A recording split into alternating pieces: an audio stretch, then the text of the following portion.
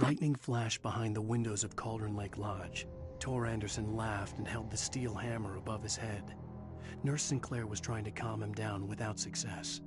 Tor grinned madly and shouted, "My hammer's up. Here's a friendly poke from Mjolnir, wench." He brought the hammer down with all his might on Sinclair's head.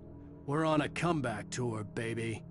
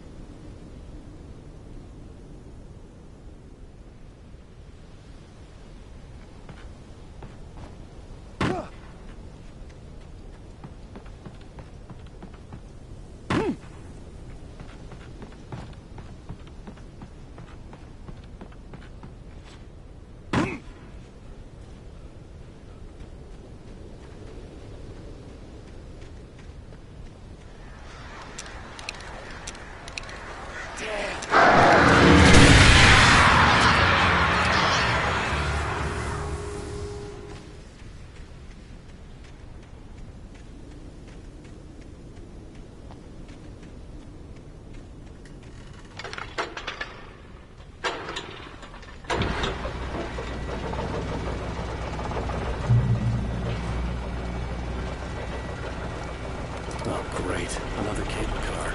Just great.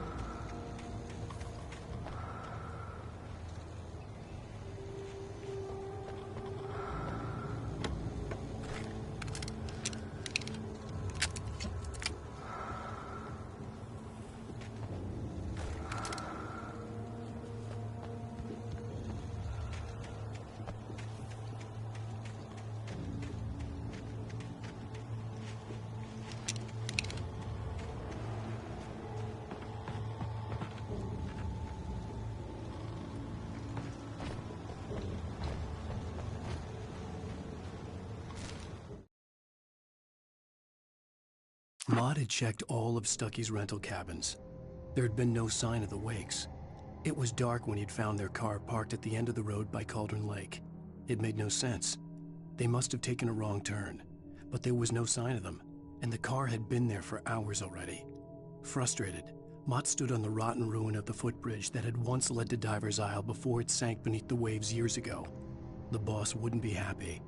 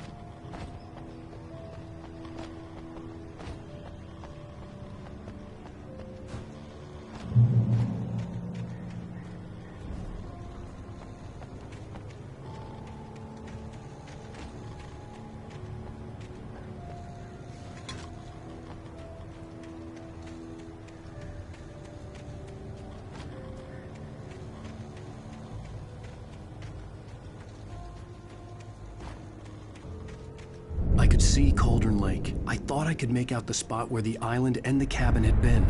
There was a light near it. It had to be a boat.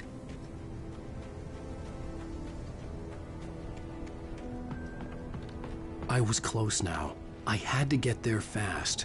I dreaded what I would find. I tried to hold on to Alice, but her form melted away. I was losing control. Dr. Hartman stood in her place. I wanted to hit him, but my arms were jelly. He smiled. It was a reassuring smile, and I hated him for it. I had to give you a sedative. Don't fight it. You went through another rough period. Right now, it's very important that you stay calm. We don't want you to have another episode. You're a patient at my clinic. Have been for a while now.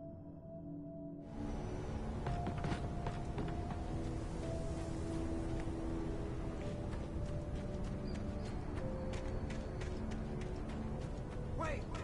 Are you? Wait! Hey, I'm here! I'm coming! No! Get away! Sorry. Please, wait! The boss didn't know who he was messing with. I didn't know. I swear, I didn't know. We don't have his wife. We don't know where she is. She's probably drowned. We just said we had her to make a play ball.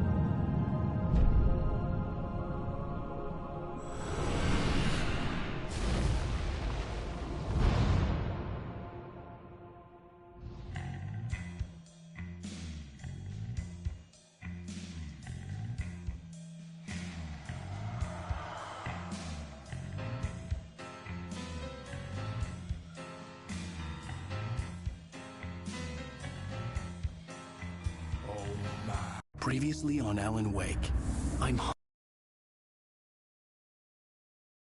hunted by the law. Sheriff, Wake's running. I'm giving chase. Are you seriously telling me that writer just took out my deputies? A thriller I supposedly wrote is coming true.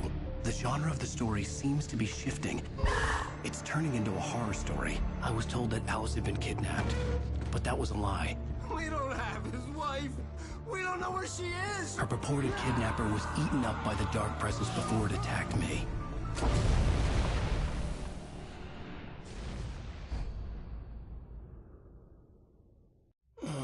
Alan, shh, baby. It was just a nightmare. Alice. There you go, Alan. Hartman. I fell. I had to give you a sedative. Don't fight it. You went through another rough period. What? Right now, it's very important that you stay calm. We don't want you to have another episode. You're a patient at my clinic. Have been for a while now. The shock of your wife's death triggered a mental illness. No, you lied. You're suffering from various symptoms of undifferentiated schizophrenia. Bastard. It's okay, Alan. Just let go.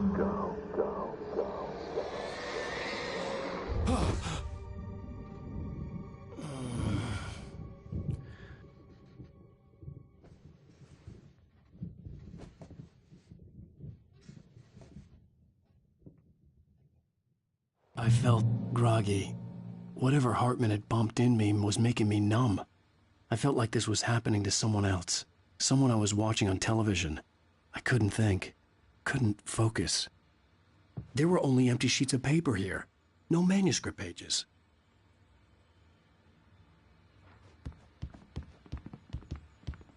The door was locked. I was a prisoner here.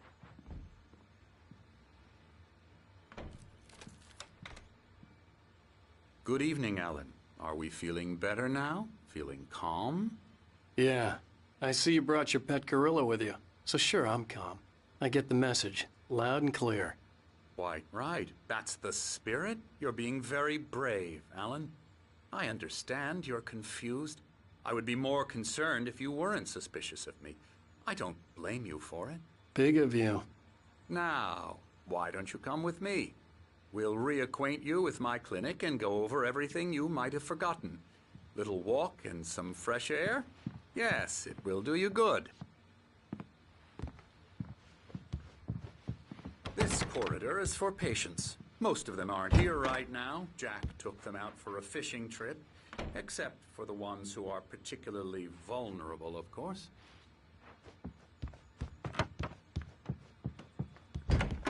I encourage creativity as a part of the recovery process here at Cauldron Lake Lodge. I specialize in treating artists. I bet you do. Splendid, Alan. I honestly believe we can get this thing under control if we work together. This way, Alan.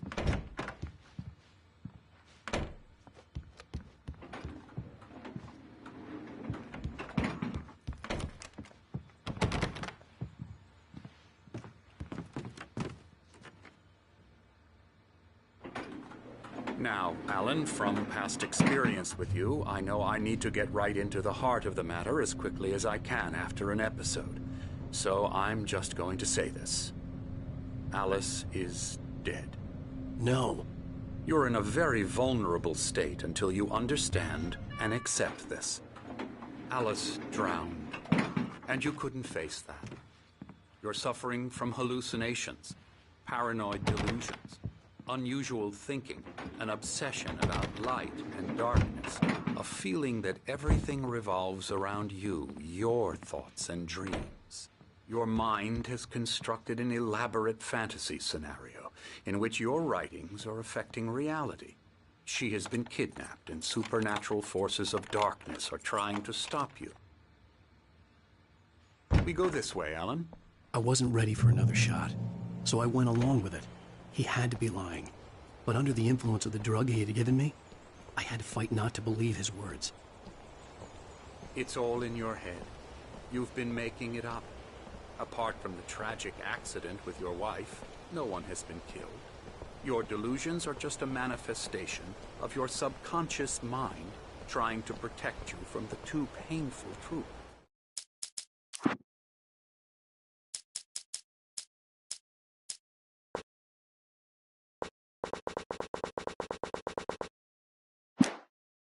Unless we fight the fantasy, it will return.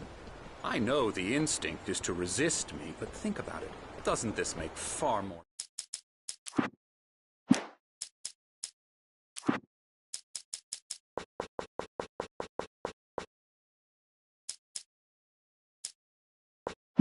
sense than the insane supernatural conspiracy?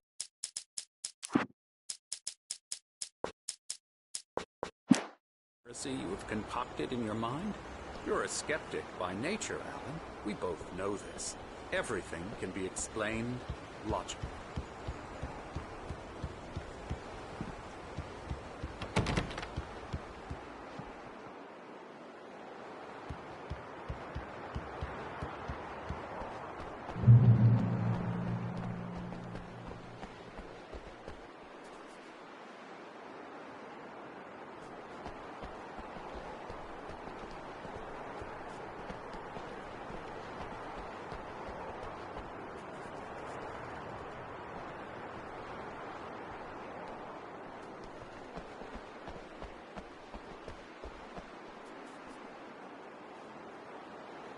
I never get tired of this view.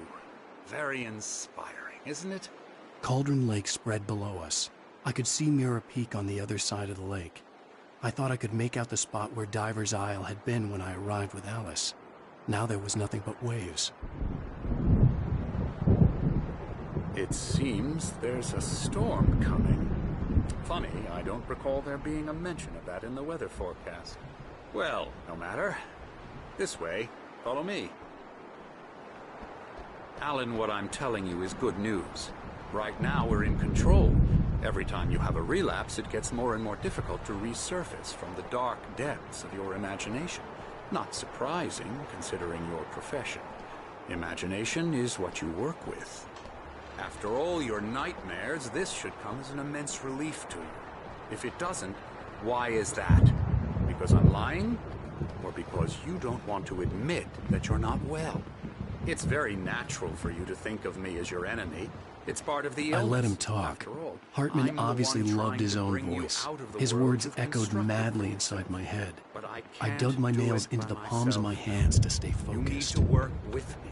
Once you accept that, we can begin the journey towards your recovery. Come along. Let's go inside.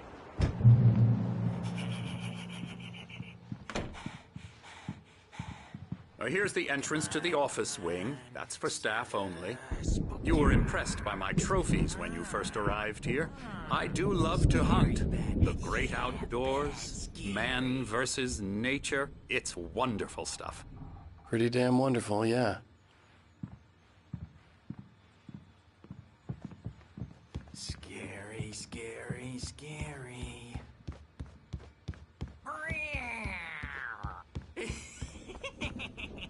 Emerson. Hartman had mentioned that the power had been acting up. Maybe that was the reason for the generator and the work light on the balcony. The generator hadn't been activated, and there was no key. Mr. Wake is confused enough as it is. Yeah, you'd like me to go away so you won't be scared. But you can't just decide what kind of dream you have or when you have it. Emerson!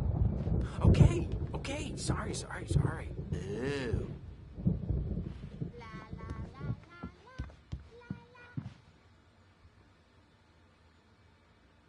Elbow strike. Ooh, yeah.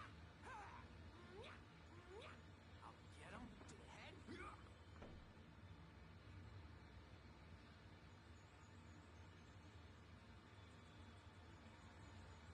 Alan, please, this way.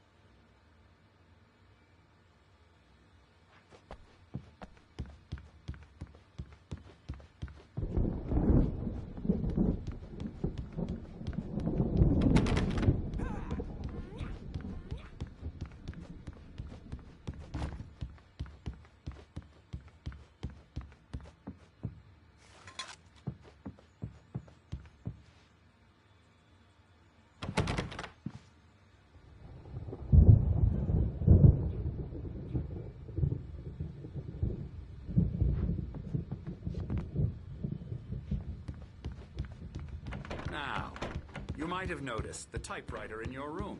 You've been writing as a part of the therapy. As soon as you feel up to it, you should continue. Oh, hello. I've painted you. Okay. I was just struck by inspiration a couple of days ago.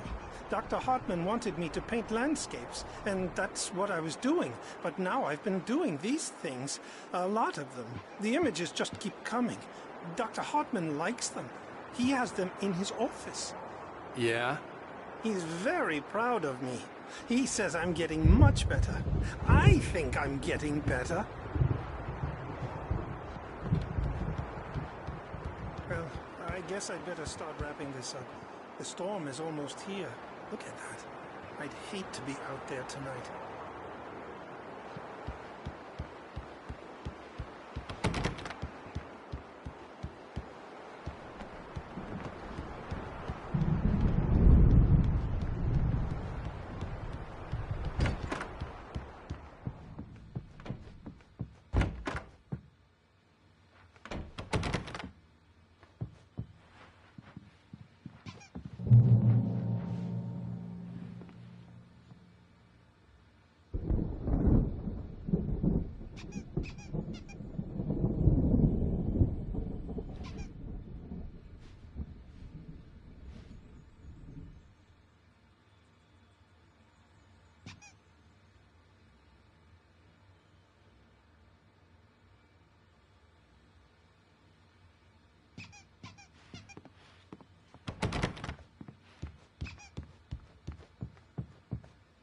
My rheumatism's killing me. There's a storm coming. Oh, what a storm. I hope it wipes this place off the face of the earth. And these two are the Anderson brothers, Odin and Tor. They had how should I put this? A heavy metal band in the 70s and 80s called Old Gods of Asgard. They even adopted new first names to complete the image of Viking gods. After the band broke up, they lived on a farm nearby. They are, well, in advanced stages of dementia. They're well cared for, TLC and all that. There's nothing more that can be done. I'm afraid that the rock and roll lifestyle has left its mark. Oh, that won't do. I'm so sorry to cut this short for now, Alan. The power has been acting up. I'd better go check on it. We'll continue this soon. Meanwhile, when you feel up to it, return to your room and try to write. It really is for the best. Don't you think? I'd like to bash his head in with a hammer. Oh, he'd love to fish out our secrets, but he has no clue. He's not crazy enough. Not crazy like us, Sonny. Yeah! Being crazy's a requirement, Sonny. Who else could understand the world when it's like this? It takes crazy to know crazy. That's the sanest thing I've heard in a while.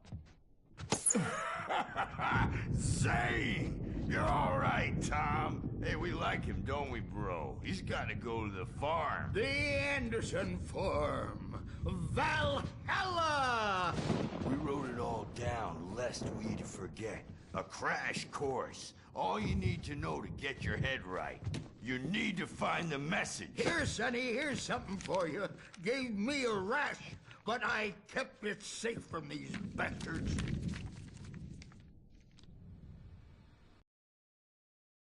Zane could feel the poems, taking form, shaping things. As he experimented, he imagined he could almost feel the power surging through the keys of the typewriter. It exhilarated him. But there was fear, too. If not for his young assistant Emil, he would have given it up. But Emil convinced him otherwise. He too had a way with words. My head was clearing up, or according to Hartman, I was sinking back into the fantasy. I was convinced he was lying to me, about everything. Crazy or not, the Andersons made more sense. Tom, got any booze on you? Tom just lost, is all. Yeah, good thing he's not overreacting or anything. Well, he's the boss. I may need a hand here later on, Burge. The storm's bound to make you-know-who jumpy. Something's You know how wrong. they get.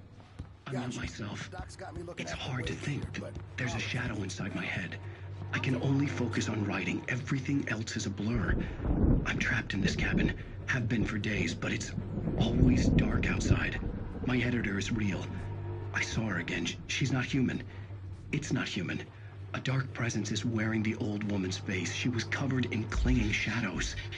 There's a hole in her chest where her heart should be. I think I've made a horrible mistake. I don't think I'm any closer to saving Alice. It's been lying to me, using me to get the story it wants, and the story will come true.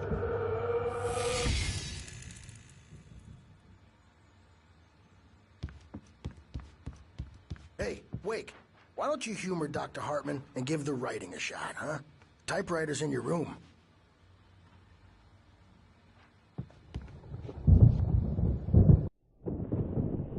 The white glare of the blank page in front of me hurt my eyes.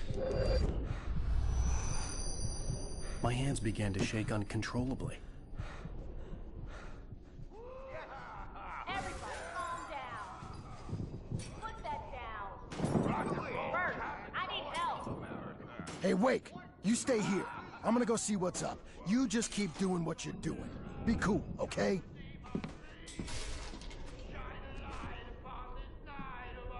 I didn't know what the chaos was all about, but it could be my only chance of getting out of here. Where the hell did he get a damn hammer? I don't know. From Mjolnir, wench! Oh, afraid of the crazy brothers, are ya? Not so weak now, are we? Hartman kept talking, giving Barry the grand tour, clearly proud of the place. He went on and on about his hunting trophies, and Barry was impressed. But he was here on business. He raised his voice, cut through the monologue. Hey, Hartman, where's Al? Hartman stopped in mid-sentence, annoyed at the interruption. He nodded at the hulking orderly standing nearby. The man smiled and clapped a practiced hand on Barry's shoulder. Well, things are unraveling fast, aren't they? Sinclair looked bad. That wasn't a love tap. The crazy old fart hit her hard. If she was one of Hartman's goons, she had it coming. I could get the key to the office wing from Sinclair. I had to get to Hartman's office. He had taken all my manuscript pages. That's where he'd been keeping them. Maybe you could come out and beat our wrinkled, adult, diapered asses words, since you're so tough, Bert. We were on the road, man. You think we haven't seen punks like you before?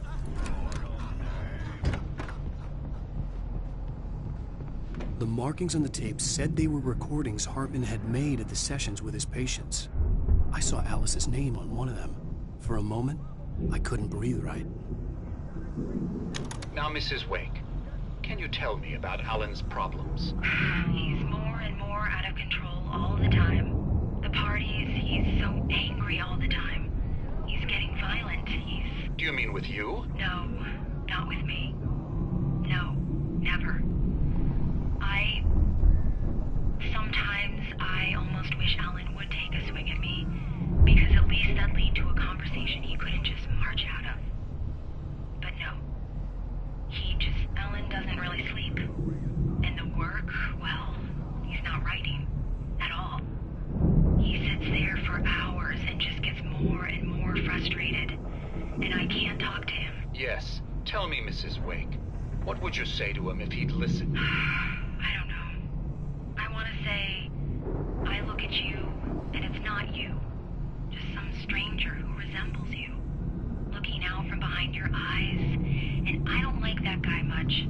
And now it's all gonna go to hell. But you don't ever say this. No.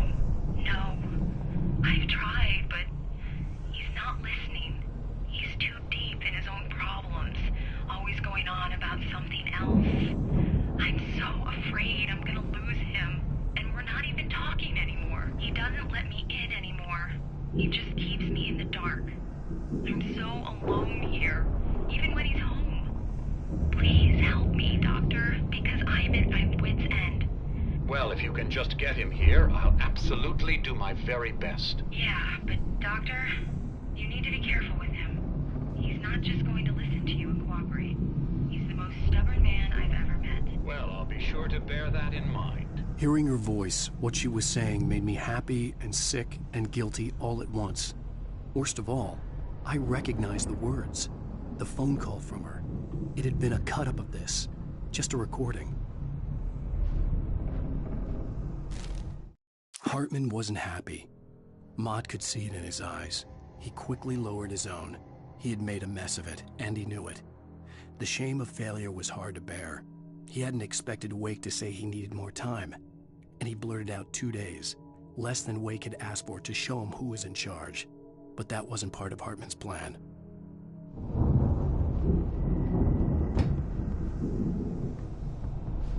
The photo on the wall caught my attention. In it, the clinic staff was standing outside the lodge. I knew the man next to Hartman. He was the kidnapper. Hartman had been playing me all along. I am famous. I represent a celebrity. They'll be looking for me. Oh, that's how you want to play it? Is that how you want to play it? Really? Okay, that's how we'll play it. Barry? Ow! About time! Barry, man, am I glad to see you. We need to get to Hartman's office. It's right next door. You okay? Yeah. I mean, no! The cops found me at Rose's trailer, but they didn't hassle me too much. I'm obviously a victim in this, and I demanded to be treated as such. Or else I'd sue their asses.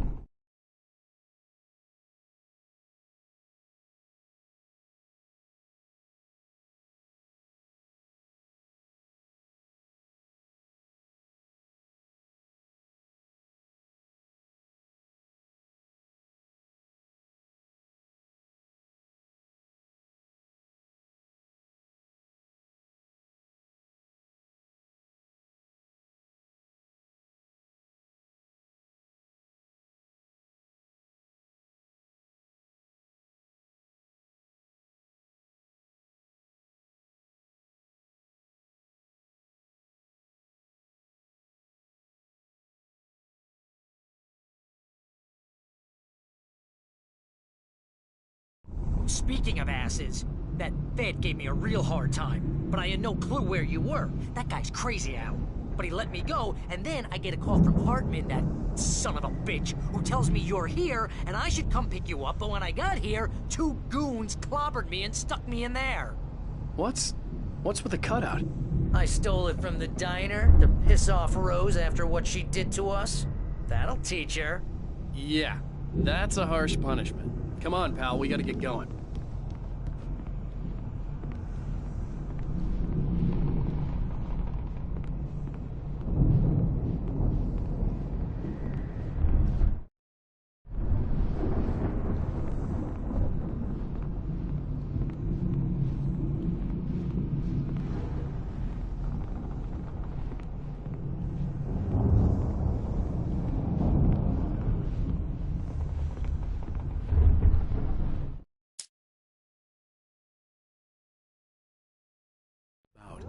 But it could be my only chance of getting out of here. Where the hell did he get a damn hammer? I don't know. Here's a friendly poke from Mjolnir, wench. Oh, afraid of the crazy brothers, are ya? Not so weak now, are we? Sinclair looked bad. That wasn't a love tap. Well, The crazy things old run fart hit her rather hard. fast, If she was one of Hartman's goons, she had it. I had to get to Hartman's office. He had taken all my manuscript pages. That's where he'd been keeping them.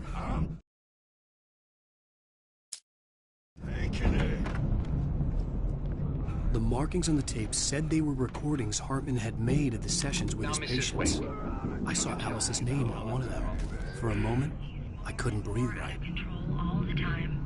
The parties, he's so angry all the time. He's getting violent.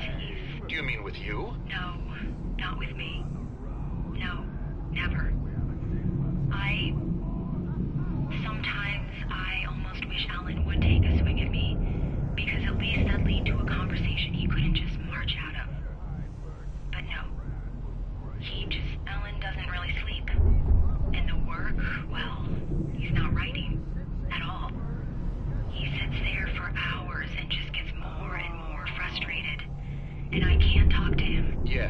Tell me, Mrs. Wake, what would you say to him if he'd listen? I don't know. I want to say, I look at you, and it's not you.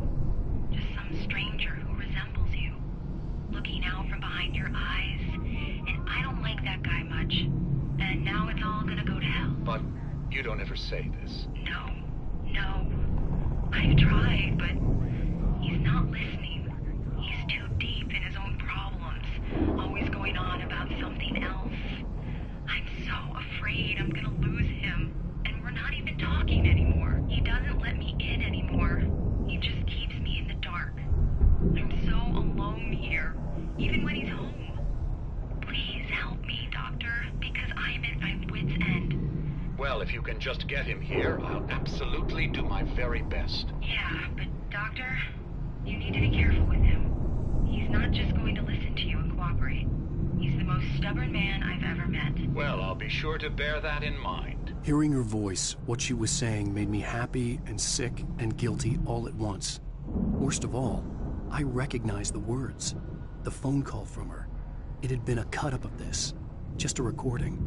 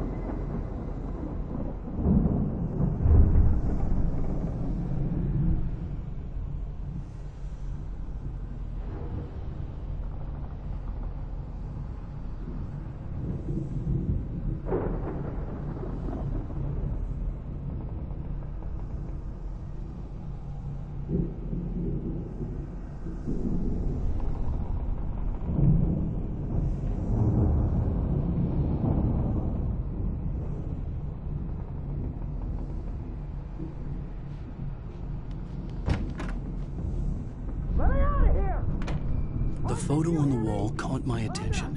In it, the clinic staff was standing outside the lodge. I knew the man next to Hartman. He was the kidnapper. Hartman had been playing me all along. Barry? Ow! About time! Barry! Man, am I glad to see you. We need to get to Hartman's office. It's right next door. You okay? Yeah. I mean, no! The cops found me at Rose's trailer, but they didn't hassle me too much.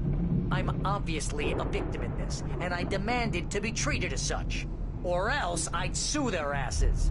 Speaking of asses, that Fed gave me a real hard time, but I had no clue where you were. That guy's crazy, Al. But he let me go, and then I get a call from Hartman, that son of a bitch, who tells me you're here, and I should come pick you up, but when I got here, 2 goons clobbered me and stuck me in there.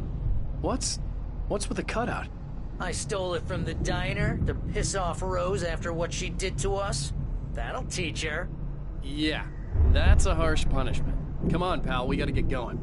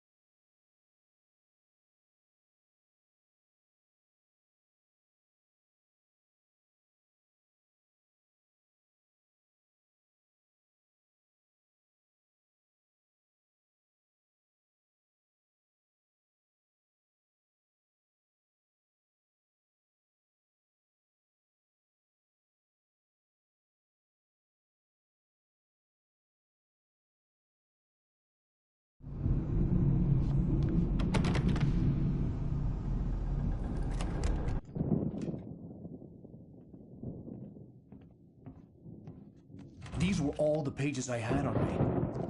And more.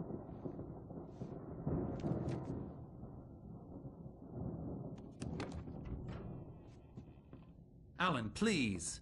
You're sliding back into the... Tell me one more lie and I'll shoot you in the face. Ah, well, it was worth a shot. Really, Wake, come on. Let's work together on this. You have no idea... Hartman, shut up! Barry, get out of here. I'll catch up with you. Get a car. Oh, Al, let's just... Go! Wake, listen to me. This is a mistake. Don't you see? Together we can create something absolutely wonderful. With your ability and mine.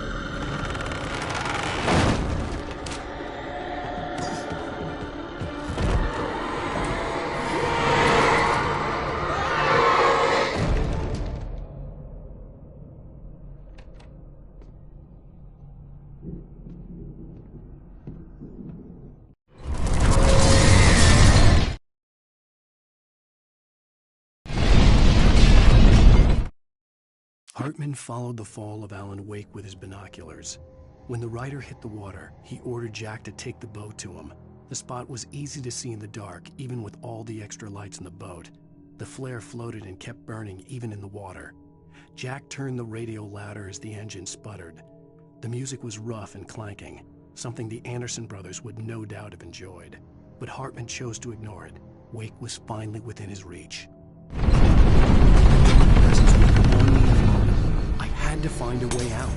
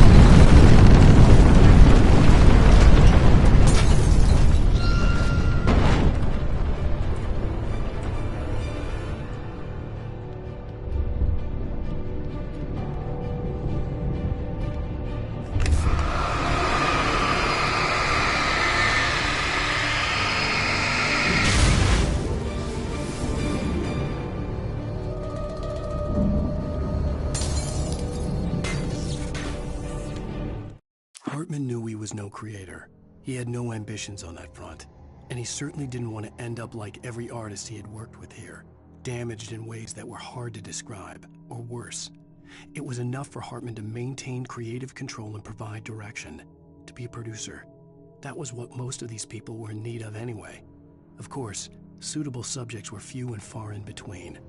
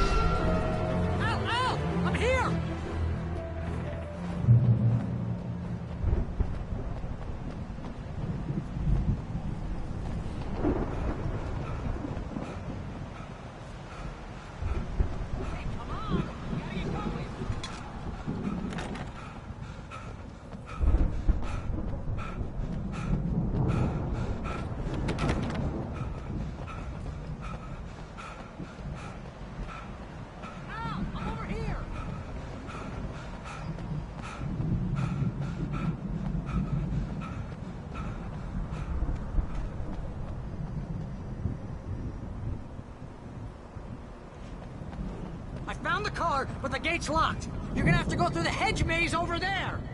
Barry, I don't have a light. Take this, Al. Oh, God! Look at the house, Al! Look at it!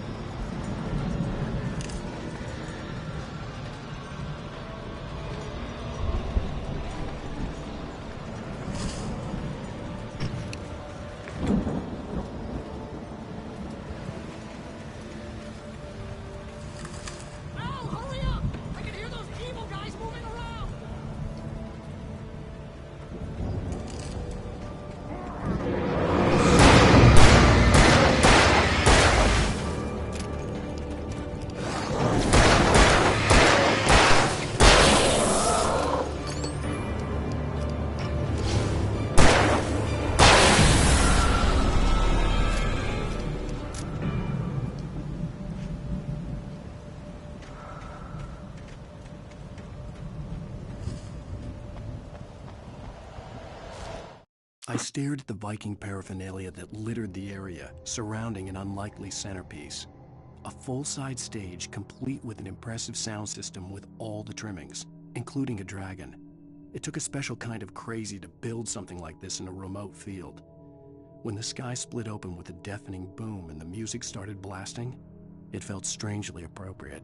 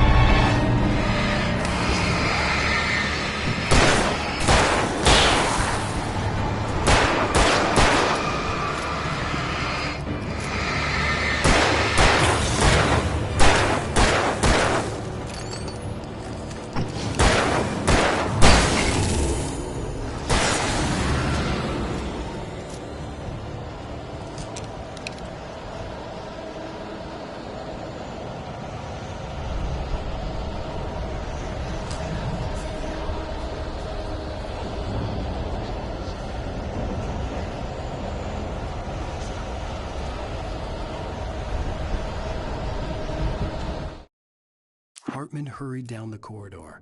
He had disliked leaving Wake when he was surely at his most susceptible to therapy. But this was not an ordinary storm. Wake had been writing, and he had woken something up in the depths of the lake. Now, it was coming for him. Hartman had naturally prepared for a situation like this. The idiot brothers would keep Wake distracted while Hartman double-checked everything, just to be sure.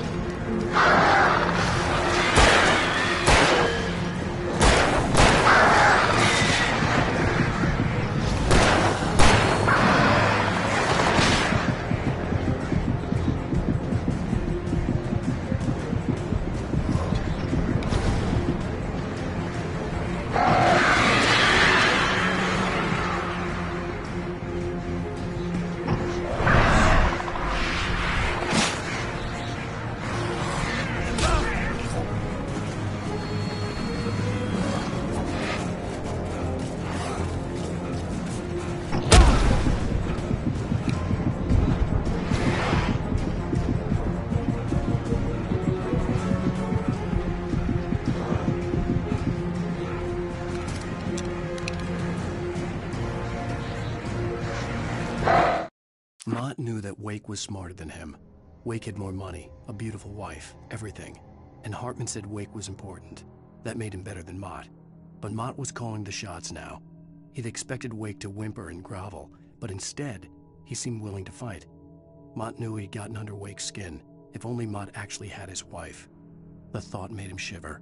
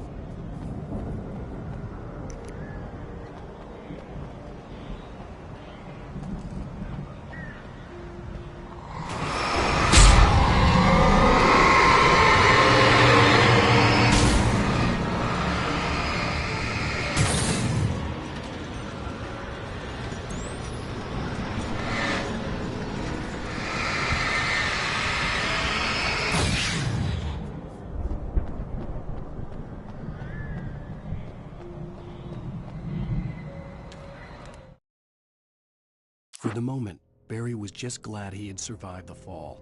He had been separated from Al, and there was no easy way to climb back up. He told himself he'd be okay in the gloomy forest at night. He would just have to wait for a while for Al to find his way down. Barry turned when he heard the heavy footsteps and saw the movement. The man-shaped shadow lunged at him from the bushes, an axe held high. Barry screamed and threw up his hand. The world exploded.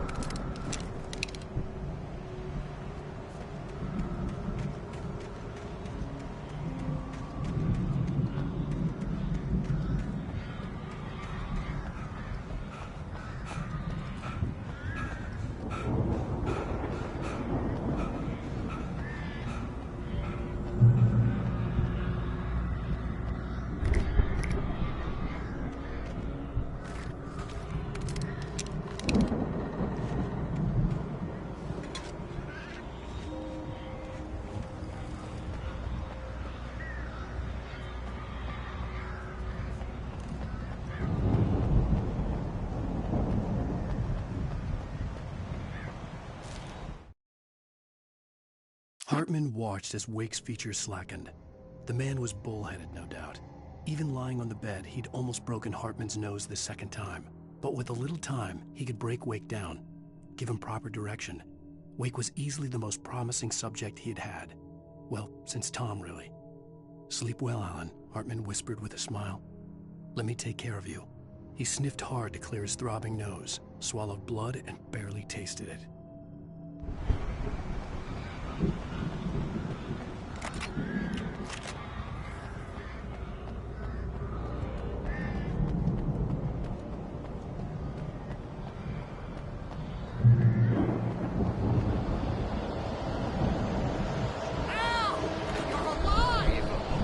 Get out of here. Can you open this gate? Maybe. Barry. Well, I slammed it shut when an Asky showed up, and the key fits kind of loose in the lock, so, Barry! I'll find it. Don't worry about it.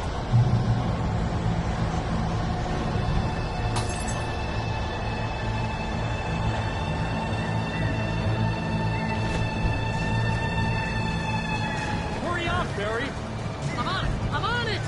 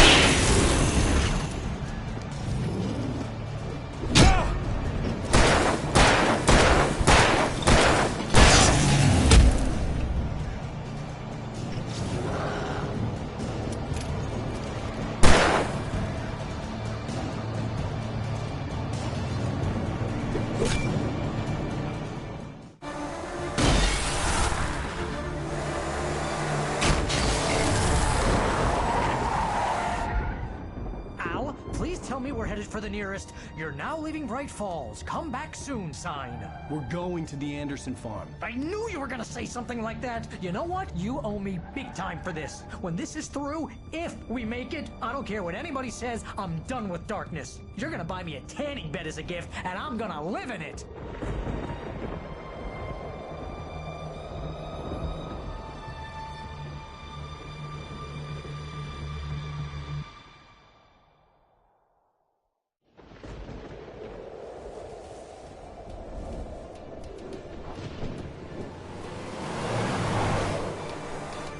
I'm crazy, but that's fine, Barry. Oh, you got that right, Al. You're barking mad. You are by far the craziest... But maybe that's inevitable when you deal with crazy stuff like this. It helps.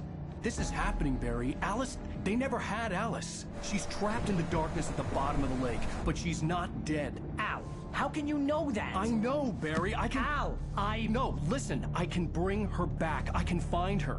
There's something special about this place.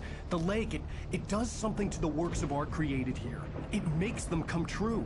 But there's a catch. The dark presence, whatever that thing is, twists it to its own ends. That's why all of this is happening. It's using my manuscript to take over everything. Al, I believe you. It happened to Thomas Zane before, it happened to the Andersons. I believe you. Crazy or not, you're not delusional. Weird shit's going down. That's a fact. I'm on board, man. I'm with you. The Andersons knew about it, but they were too far gone to tell me with all the drugs they were on. But they wrote it down. There's a message somewhere at their farm, Barry. We just need to find it. Look out!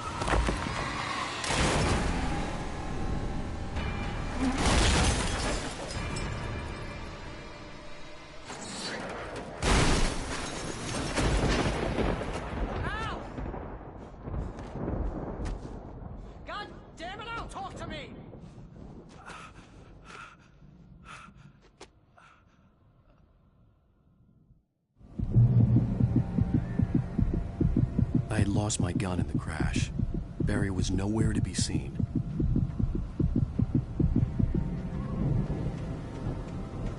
Barry! Barry! Oh, man, you're okay! Jeez, it's good to hear your voice! I was trying to get out of the car, but the ground gave way. Man, what a drop! Don't worry, your cutout is fine. Forget that! Are you okay?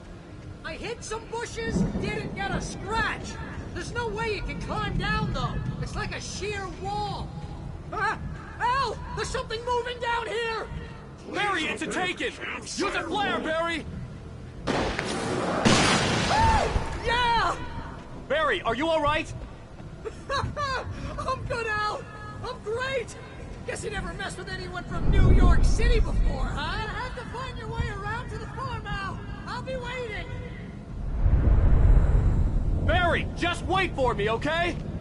Al! I'm not staying here! It's suicide! I'm going to the farm! I'm gonna go ahead and secure the area.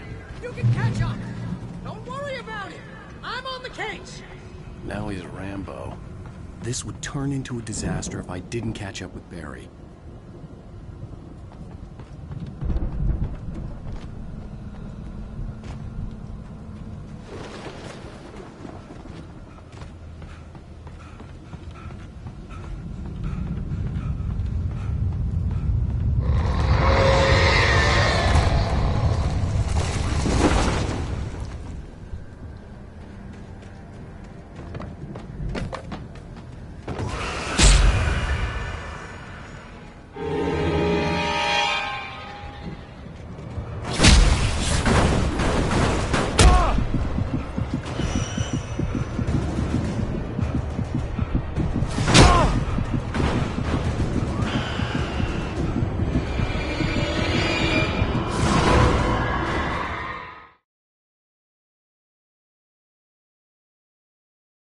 Catch up. Don't worry about it. I'm on the case. Now he's Rambo. This would turn into a disaster if I didn't catch up with Barry.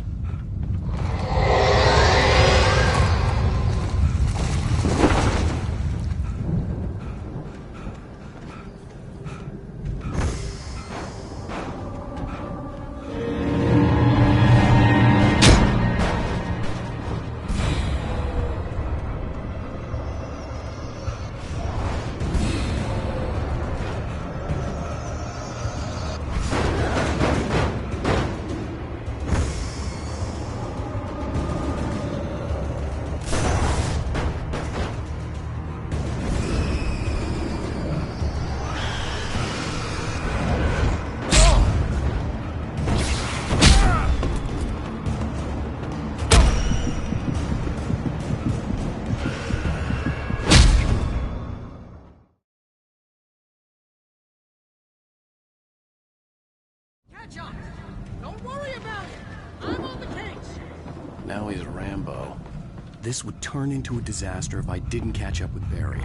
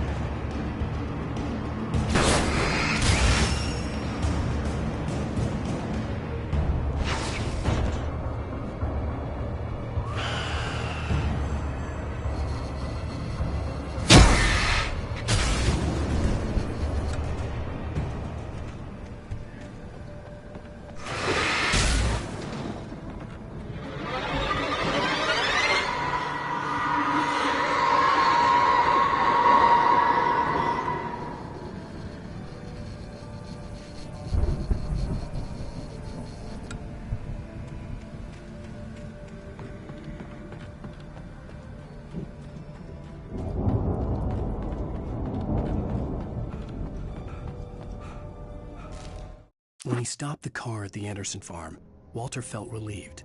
Oblivion was close at hand. The brothers wouldn't miss a jar of moonshine or two in the booby hatch. But then he saw the man on the porch, and he knew who it was. Driving for his life and knowing it was useless, he didn't realize he was crying until he couldn't see the road for the tears.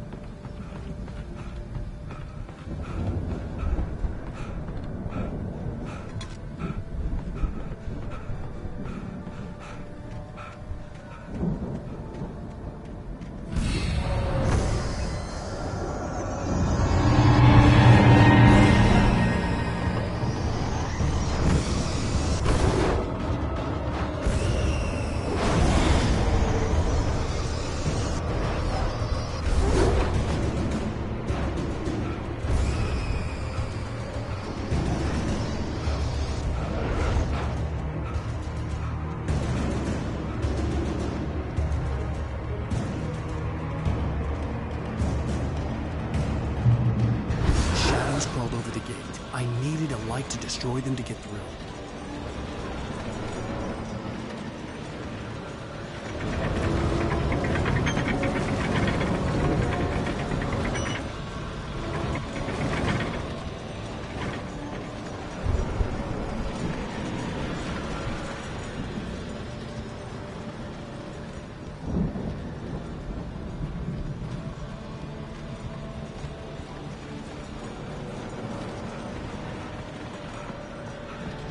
I hoped there'd still be a working generator somewhere around here to power up the old lights by the gate. Agent Nightingale stared at the passed-out rider. The man was sleeping off one hell of a night. Nightingale felt a stab of envy at Wake's oblivion, but he had a job to do. He put the gun to Wake's head and almost became a murderer. His hand shook and his throat felt tight and dry. Biting his teeth, he tried again to pull the trigger. He lost the nerve. Wake stirred. Nightingale would have to settle for an arrest.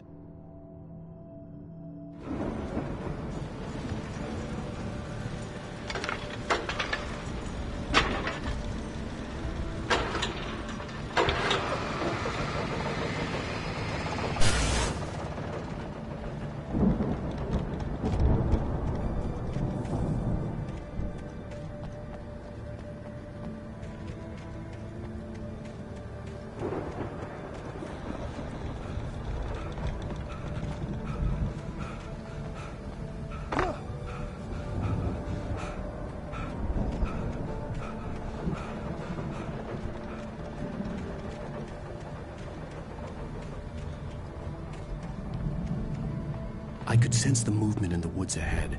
Facing the enemy without a weapon was dangerous, but I had no choice.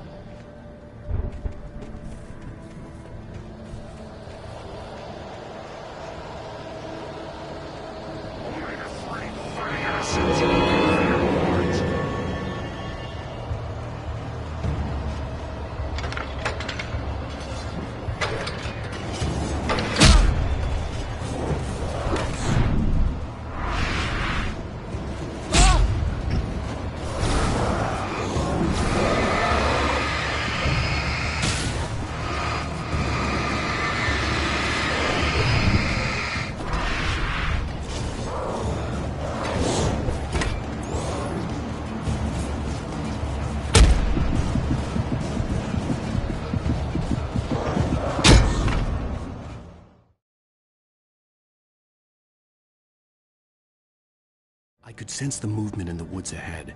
Facing the enemy without a weapon was dangerous, but I had no choice.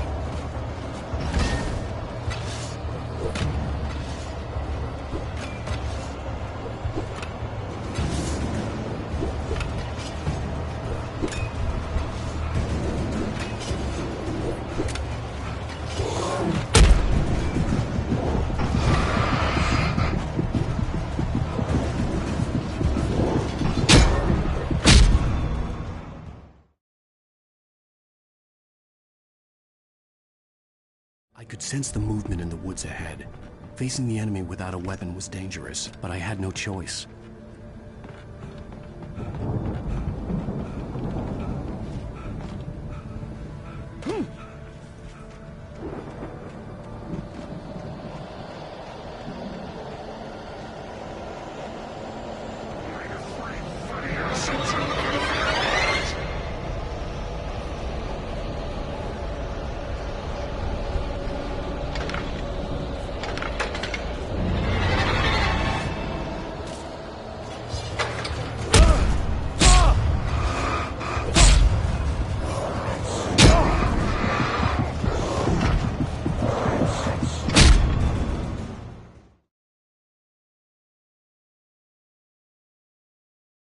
I could sense the movement in the woods ahead. Facing the enemy without a weapon was dangerous, but I had no choice.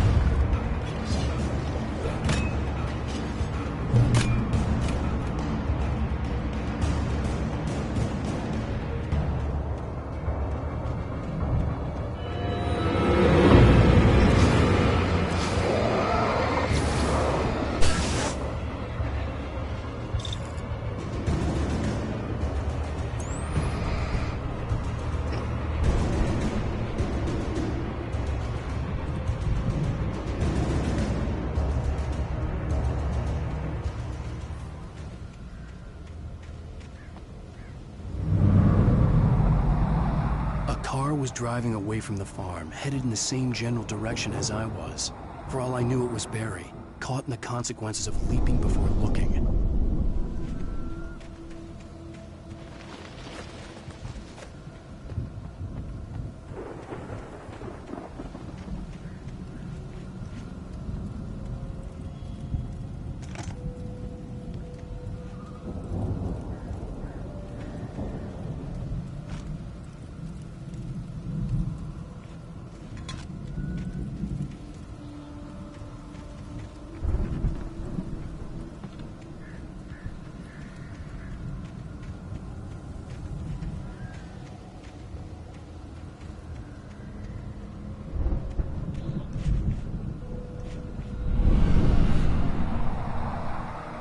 car was heading for the cabin up ahead. It wasn't far. If it was Barry, I would see the damage soon.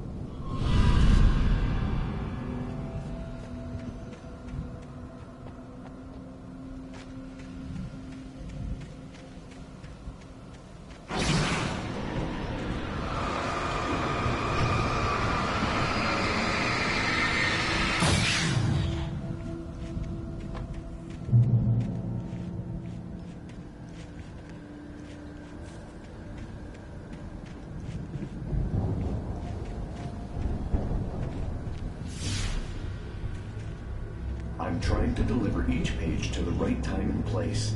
I'm trying to show you how the story goes.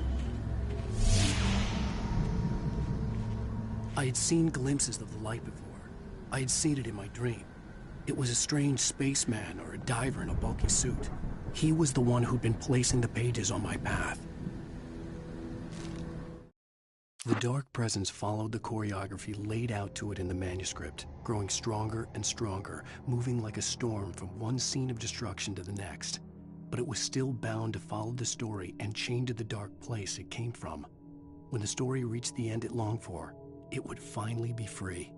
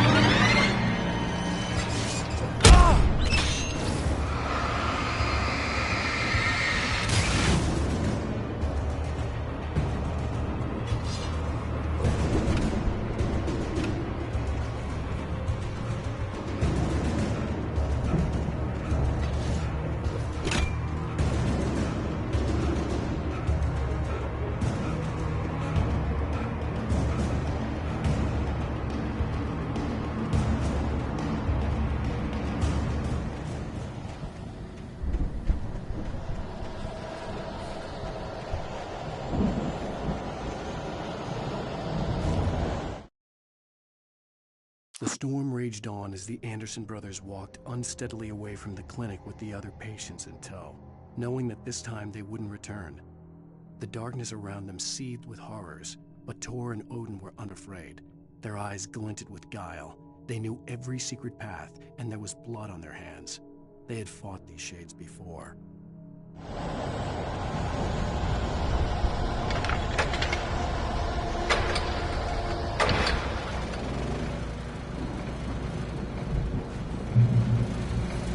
Someone had left a gun behind. Now I had a fighting chance of reaching the farm.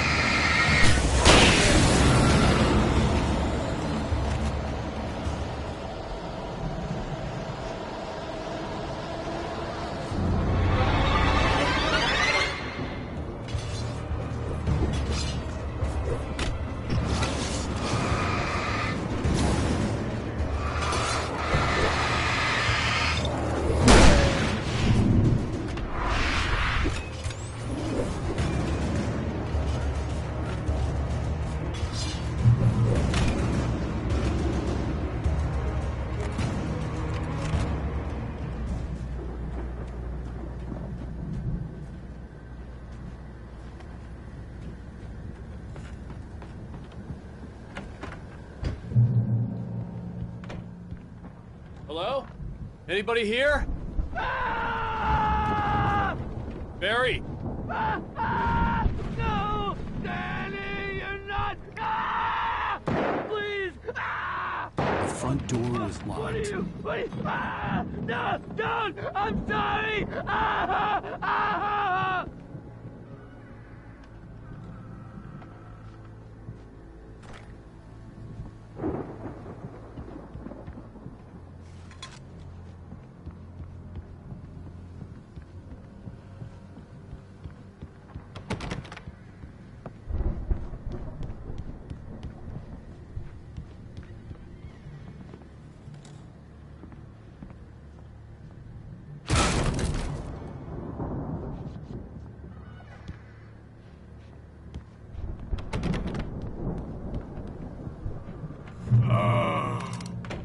I know you.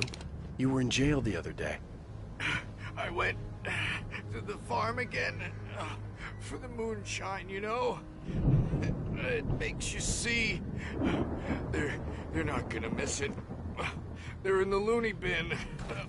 But my buddy, Danny, I lost him. Something's gone wrong with him. It's not him. Like a real bad follow-up to a real good movie. The best friend's suddenly the bad guy who wrote this crap anyway.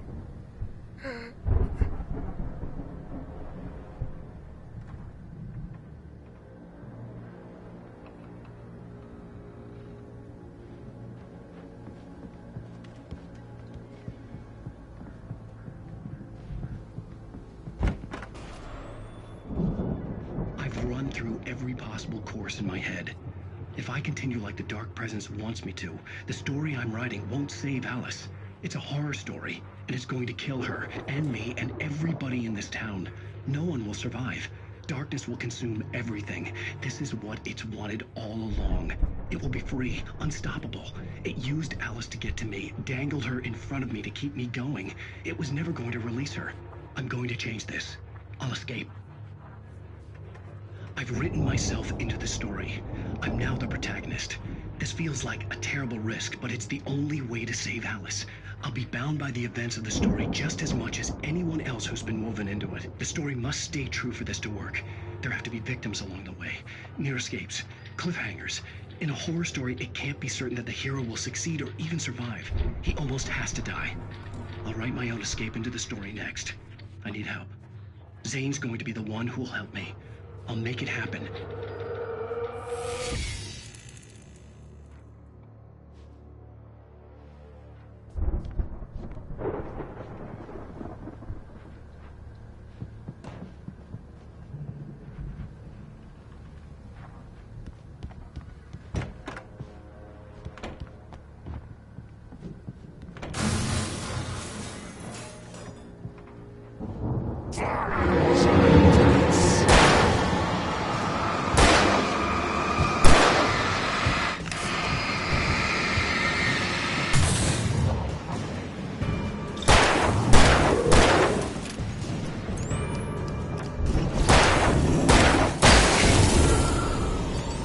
Let me guess.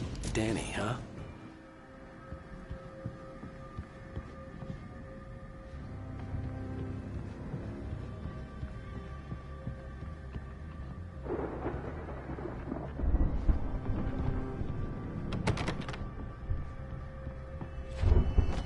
The farm was still a good distance away. I'd need a car to get there fast.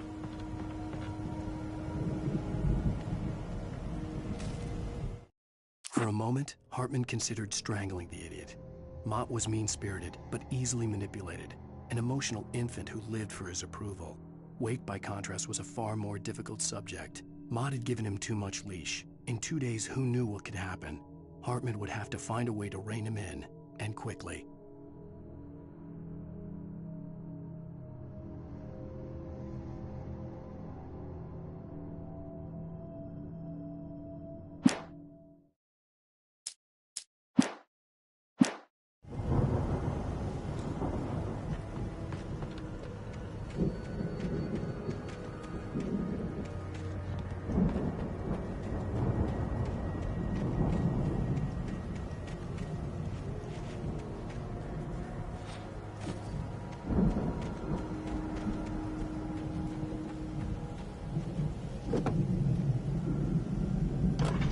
Barry wasn't up here, he was probably in trouble down at the farm. For a moment, I felt bad for doubting him. After all, I'd made it this far myself. But Barry was Barry.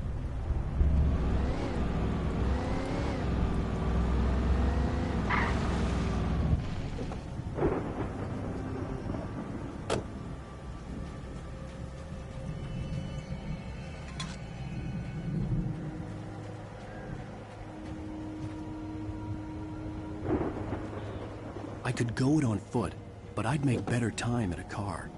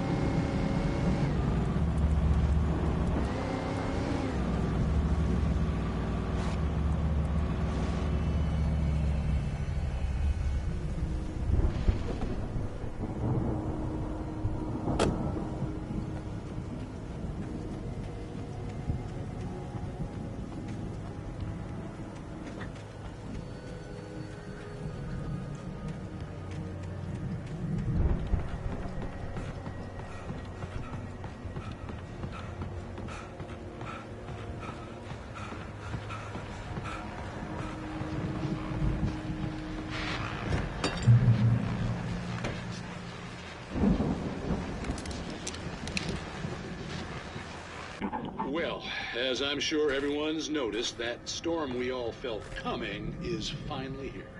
The boys at the Weather Service reckon it'll last until morning at the very least. Pertaining to that, let me read that missing persons alert again. The Sheriff's Department's still looking for a Caucasian woman, 30 years old, slim and blonde with blue eyes. She may be lost in the woods, and it's possible she's been injured in a car accident. If you see her, please make sure you get her indoors and call the sheriff.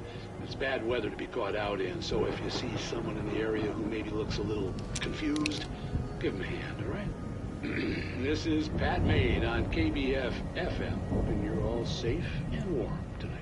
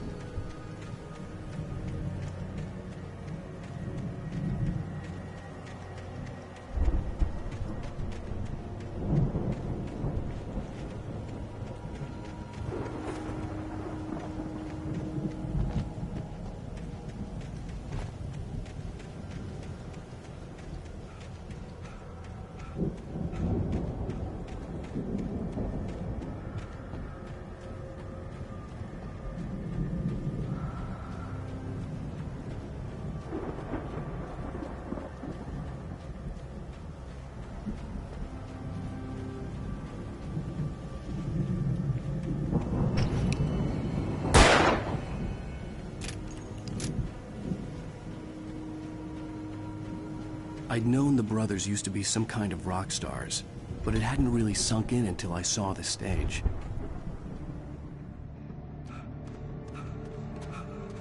Ow! Run! Incoming! There's too many of them!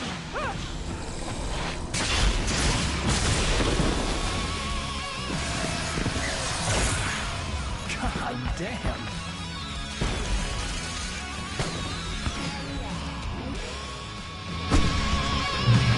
So glad you decided to go it alone, Mr. Bronson. Shut up and shoot!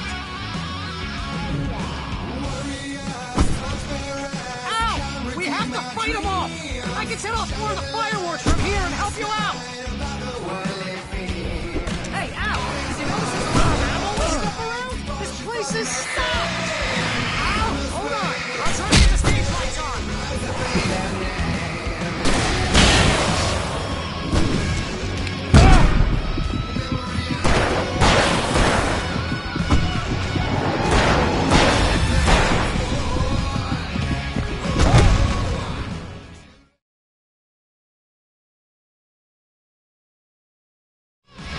So glad you decided to go it alone, Mr. Bronson. Shut up and shoot! Ow! We have to fight them off! I can set off more of the fireworks from here and help you out!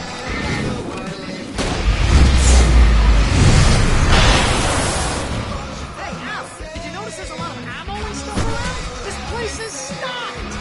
Ow! Hold on! I'll try to get the stage lights on!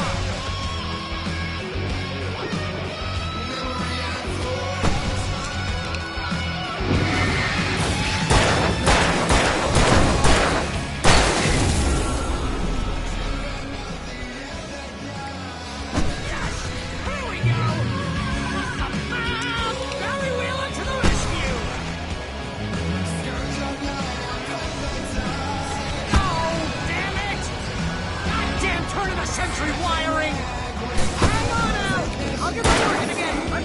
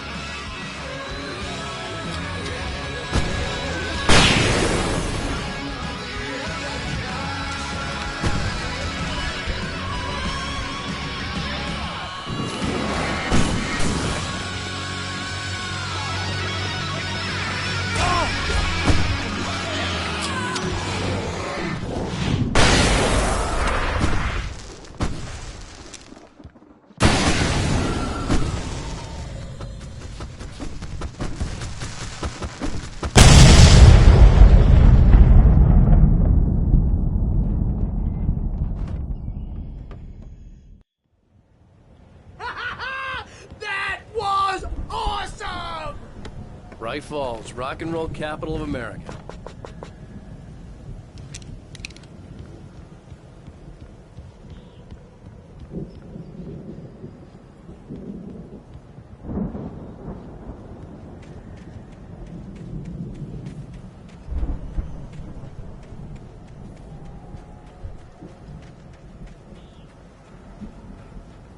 Hey, Al! This way to the farm!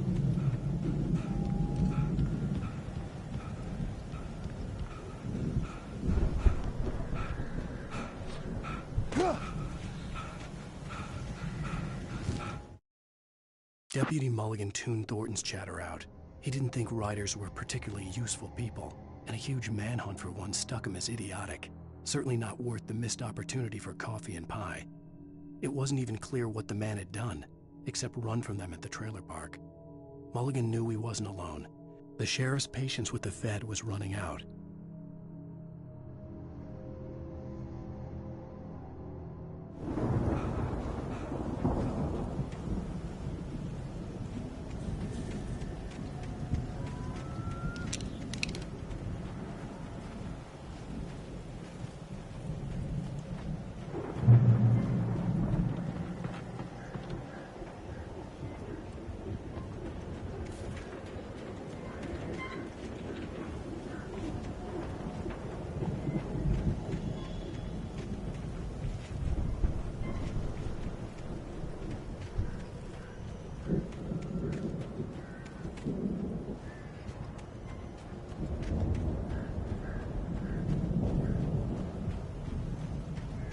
See, bestseller, no reason to worry. Your cutout's good as new, right where I left it. I'll come back for it once we have the place secured. Yeah, that's been my biggest worry all this time. We need to get this thing moved out of the way. This is as far as I got before they ambushed me.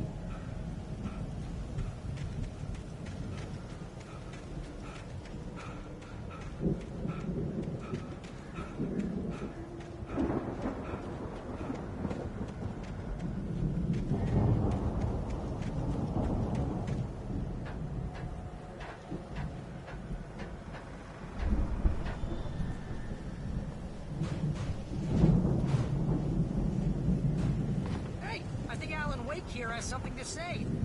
What's that, Al? Ooh, I'm Alan Wake. I'm always right about everything. Wow! You look at that thing, Al! They really went all out with this Viking crap, didn't they? Look at all this stuff. They must have done okay for themselves, so how come I never heard of these guys before? And this from the guy who learned about Ozzy Osbourne through reality TV?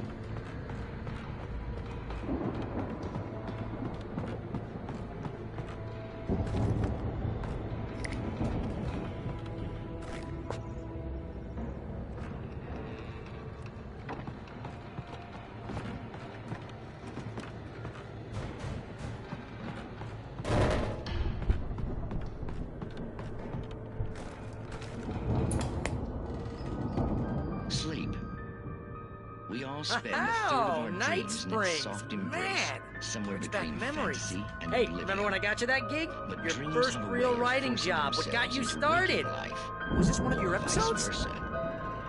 In Night Springs. Tonight's episode, The Dream of Dreams. That's by someone else. We join Mr. Jones as he explores the endless dreamscape, only to be brought to a sudden stop by a decidedly mundane situation. A long line of people. Hey, Jones, right? Listen, we're gonna have to wait until His Highness over there is good and ready. Oh, wow. Who's that? You don't know him? What are you, new? He's the guy dreaming us. Well, not just us. He dreams everything. All of this. But wait, no. I'm the one who's dreaming. I'm asleep. Isn't this my dream? Oh, yeah. Sure. Get real, pal. You're just another dream. I'm a dream. You're a dream. The weirdo in the diving suit is a dream. And the girl made of smiles and sunshine is definitely a dream. But I'm pretty sure I'm dreaming this. Well, maybe you're a really confused dream. What am I, a shrink? All I know is I'm going with the smart guys, and they say that's the guy doing the dreaming. Right there. I don't know what that means. It means we keep him happy. No sudden falls. We make sure he has his clothes on when he goes out in public. No chases where the monster is nipping at his heels and he runs like crazy, but his legs don't seem to get him anywhere. None of that. Because if he wakes up in a cold sweat... Oh... Yeah, precisely. So we wait till he wants to move on. Keep things nice and calm. Hey, something's happening here. Yeah? What's that? What? Can't you hear that? Oh, God help us, it's an alarm clock. Oh, it's you, isn't it? Please, man, I got a wife and kids. Please don't wait.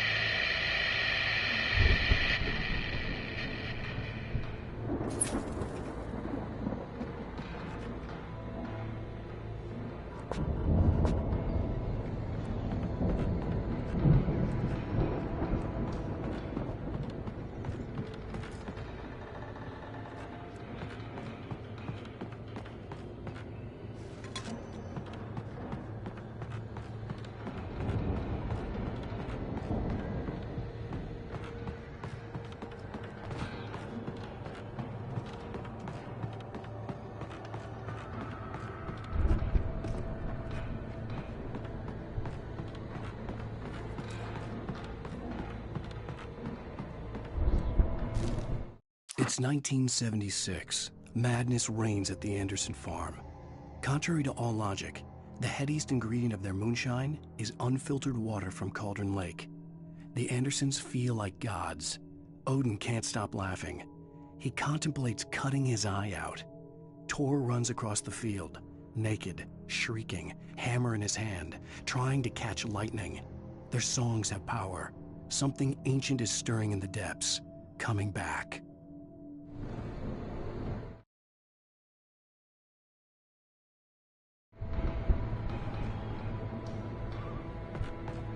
The Viking boat looked imposing, almost like a battering ram.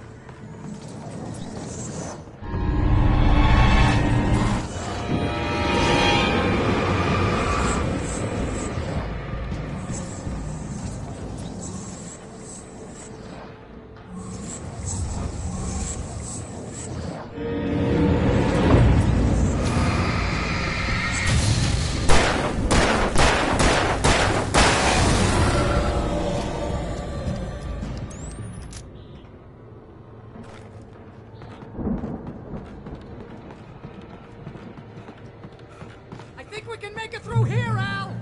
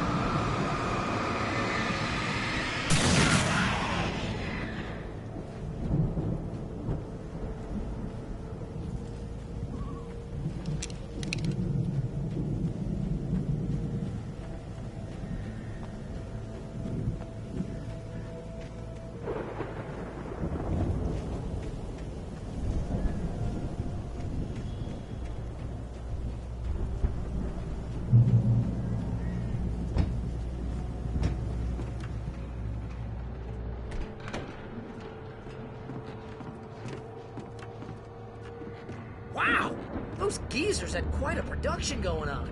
Ooh, you know what, Al? If we make it through this alive, I'm gonna start representing them. Yep, sell this stuff online, maybe get a reality show going, release a new single. Good luck with that, pal. Hey, you find us a way out here, okay? Take a closer look at this stuff.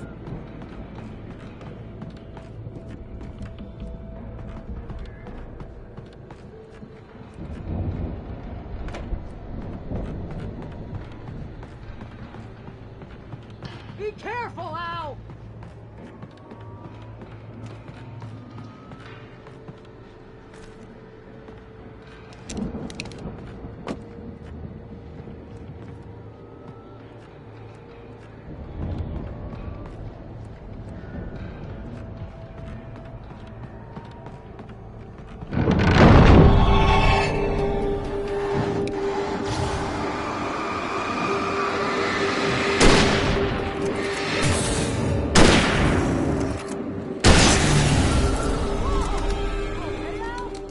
I'm good. Keep your eyes open, okay?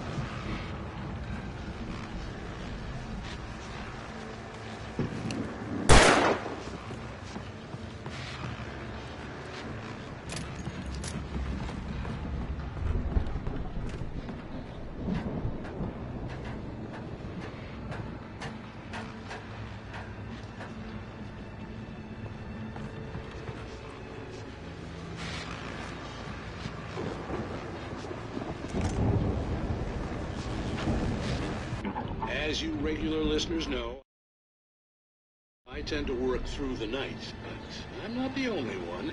Deputies Mulligan and Thornton are taking a couple of moments off their busy schedule to join me here in the studio. Boys, how busy are you now? Deerfest is almost here, isn't it? I bet that keeps you in business. Pretty busy, yeah. Actually, Pat, we've been real busy with other stuff, which concerns an ongoing investigation. We can't talk about that, Thornton. I wasn't gonna say anything. I was just saying we got, you know, other irons to fry. And how would you compare your workload to last year's? Things have seemed relatively peaceful to me, but people do tend to get a little wild this time of year. Oh, it's wild, Pat. It's pretty wild. There's been all sorts of trouble this year. Vandalism, fighting, public disturbances. A lot of people gone missing, too. Yeah, it's pretty much the usual stuff, Pat. Just, you know, a lot more of it. Now, is it just me, or does Deerfest get wilder every year? People seem to be more drunk, at least, or they start earlier and younger. Oh, it's definitely not just you, Pat, but... Definitely, Pat. Hey, I'm talking here, Thornton. Oh, shoot, I lost my train of thought. Not just me. Oh, yeah, it's wilder, Pat, but actually most of the trouble seems to be coming from grown men. People who ought to know better, you know? Kids are doing fine this year. Well, that's nice to hear at least. Boys, I want to thank you for stopping by. I'll let you get back to your patrol. Sure thing, Pat. Yeah, sure thing, Pat.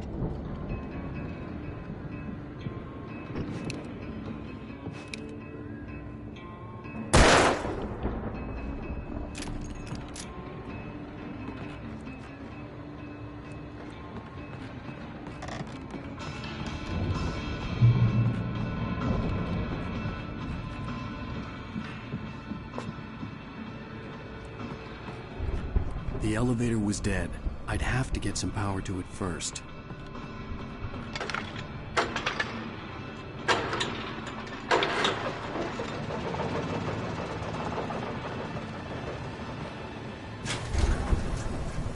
I could see the building that had to be the Andersons' home on the other side of the field.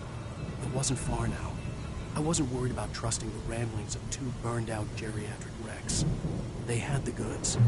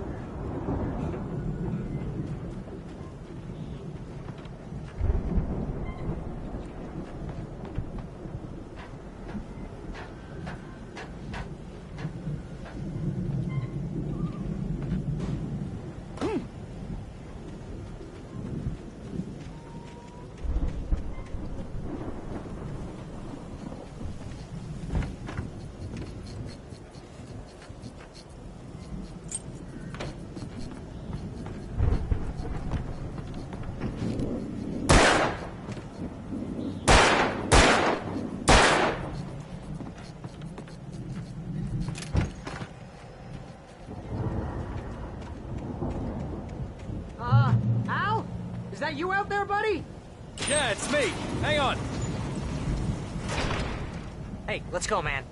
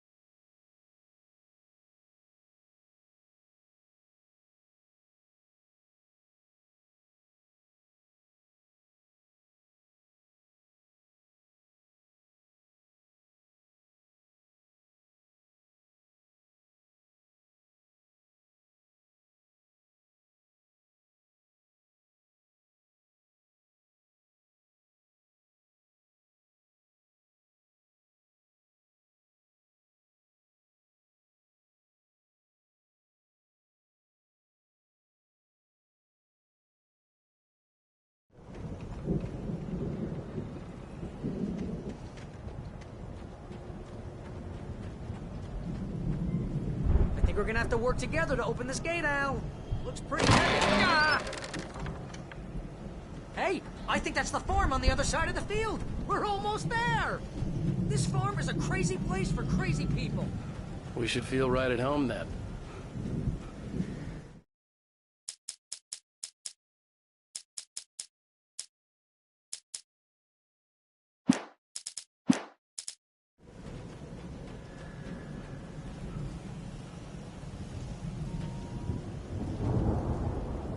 Come on, one more gate.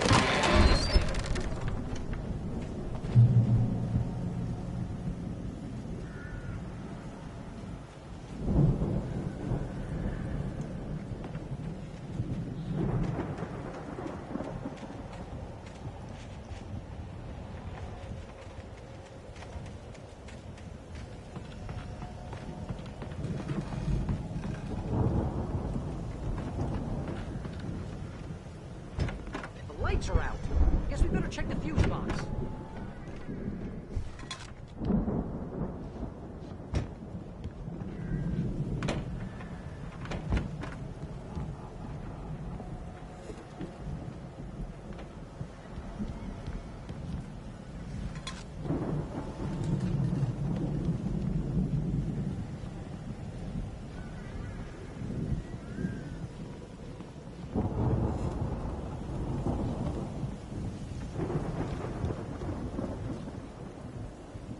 The power downstairs was out, but I was sure I could fix that at the fuse box.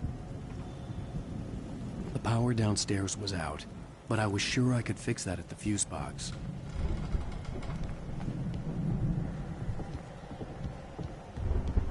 You know, this place looks kind of lived in.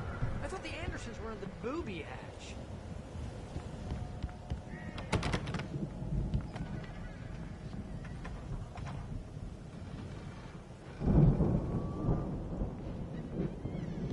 Come on, Al, let's get the lights on, huh? Again, Alice's screams rang in the stillness of the night. I saw myself run toward the cabin, flashlight in my hand. I followed my past self. I was an out-of-body observer, a time traveler in a crazy drunken dream. This was the beginning. The night Alice had disappeared. The mystery of what had happened during the missing week was about to reveal itself.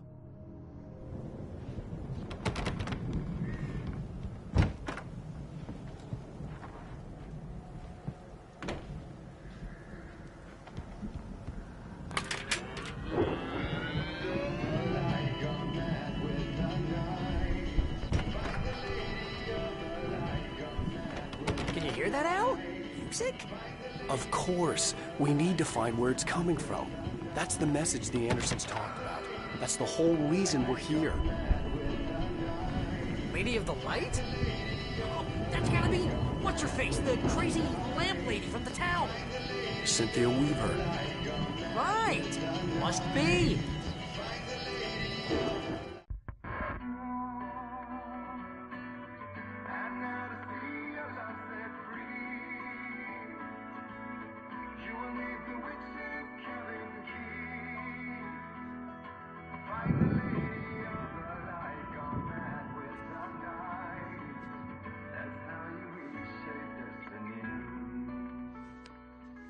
Okay. We need to find Cynthia Weaver. We'll stay here for the night and head back to town as soon as it gets light. Hey, Al. Lots of hours before dawn. Might as well get some rest. And by rest, I mean drunk. Come on, Barry, this is... Yeah, what the hell?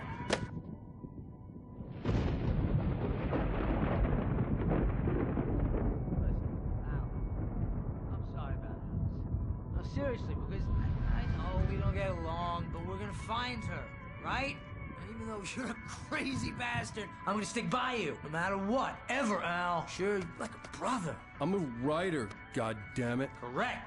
If I just wanted to, I could write 10 books a year. And they'd be the best books that year. No, you couldn't. That's right, I couldn't. But I could, because I'm a writer. What? What do they put in this stuff? I feel like my brain is coming out of my nose. I'm gonna get the recipe off those coots and be a booze millionaire. I just miss her, Barry. I just want her here with me. I know, Al. I know. It's gonna be okay. We're gonna make it okay.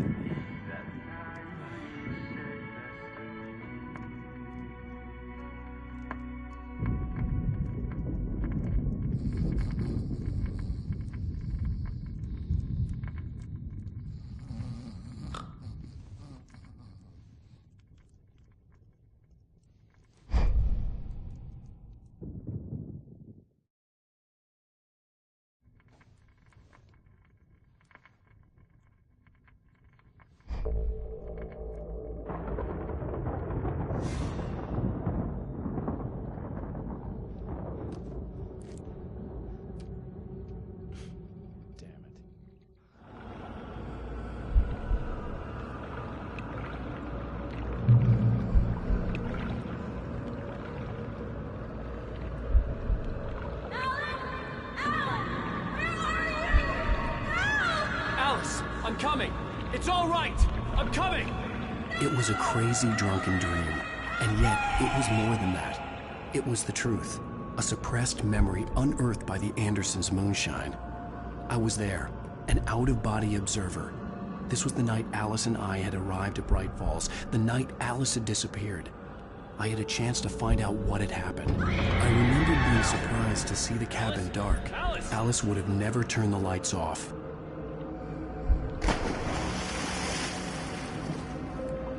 I remembered thinking I caught a glimpse of her form underwater, sinking into the darkness.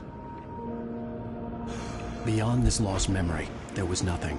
I had to follow the footsteps of my past self to find out what had happened that night. Diving after her was the last vague memory I had of that night. After that, the next thing I could remember was waking up behind the wheel of the crashed car and finding the first pages of the manuscript.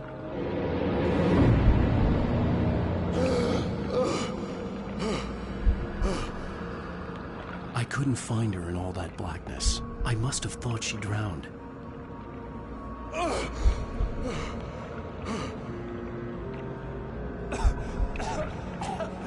Alice! Jagger had Alice, and so she had me. Alice!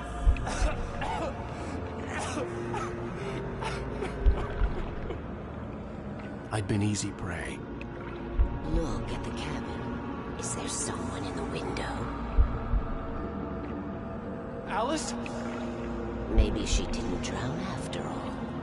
Maybe she's inside. Alice! Yes.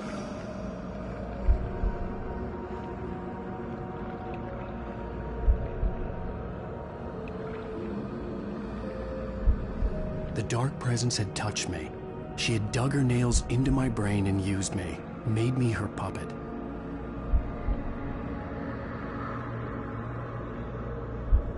She must be here somewhere. Maybe upstairs in the study. Alice! Yes, that's where she is. You can apologize. Alice! You laugh at the whole thing together and put it Alice! behind you. She's not here. You were foolish to think so. No, she's dead. She drowned. No, no, no! It's your fault your wife is dead. You are guilty. All she wanted was to help you right. You killed her. Oh, hush. There's still hope. Cauldron Lake is a special place. Here, you have the power to change things. She wanted you to write. I will tell you what to do.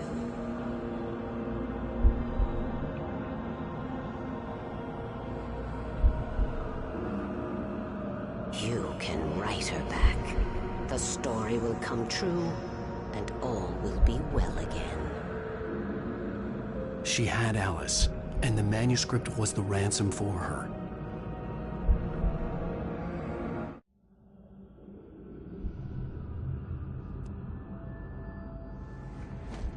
Yes. I'll write. I'll fix it. I'll bring her back.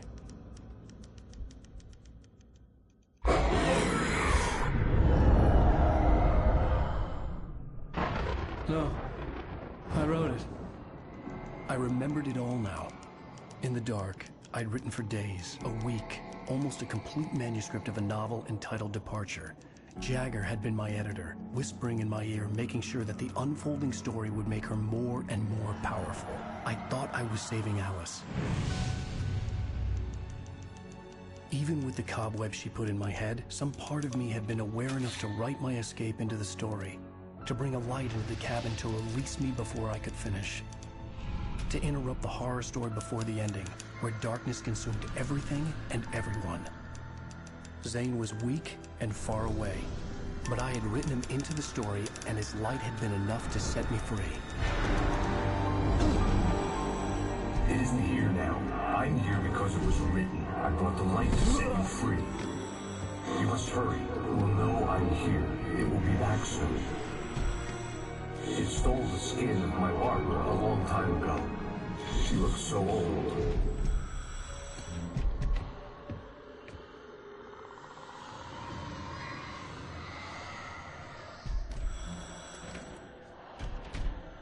I had woken up, confused and groggy, my mind consumed by darkness and fear. All I could do was to escape.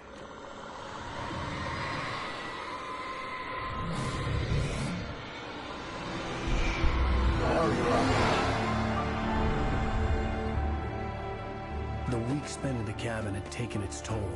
I was barely conscious, and fading fast. It had to have cost Zane terribly, thrown him even deeper into whatever dark place he now haunted. But he had managed to weaken the dark presence, kept me safe that night.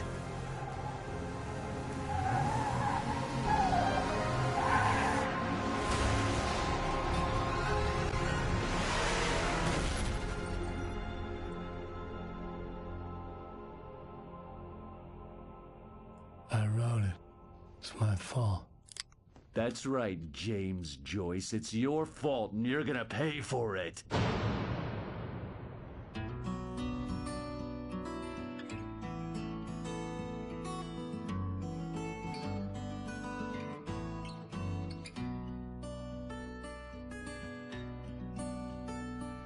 There's an old town road with mystery of town.